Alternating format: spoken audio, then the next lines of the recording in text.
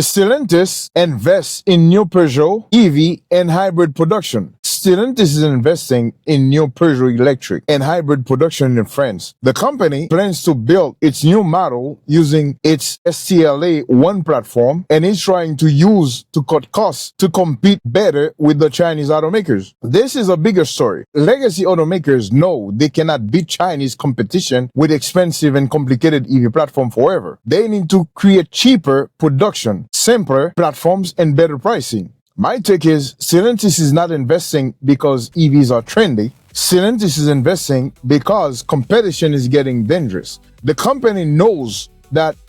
Hello everybody and welcome. Thanks for watching the news, and let me know in the comment below if you appreciate this type of segments so I can produce more of them. Then like and subscribe. The Chinese EV sales jump in May. This is important because the narrative around Tesla demand has been mixed. Some markets have been soft. Competition is brutal. BYD and other Chinese brands are applying serious pressure, but Tesla is not dead.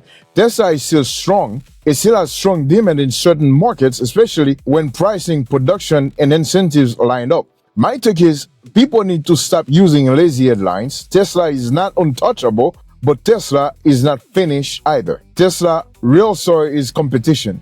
Now has to fight harder than before because the EV market is no longer easy. Before you buy your next car, watch this, because the auto industry gave us one clearest warnings we have seen all year. Luxury brands are struggling to make EVs exciting. Automakers are rethinking electric plans. Major recalls are hitting Ford, Hyundai, Subaru, Honda, Acura, and others. Robotaxis are moving closer to the roads. Chinese automakers are pushing deeper into Europe. And add-to-ride repair is becoming a national fight, which President Trump got involved in. So this is not just another week of car news. This is about trust. Can you trust your vehicle? Can you trust the technology? Can you trust the company? And most importantly, should you spend your hard-earned money on it? Welcome back to Berdy Automotive News Update. Let's get into it right now.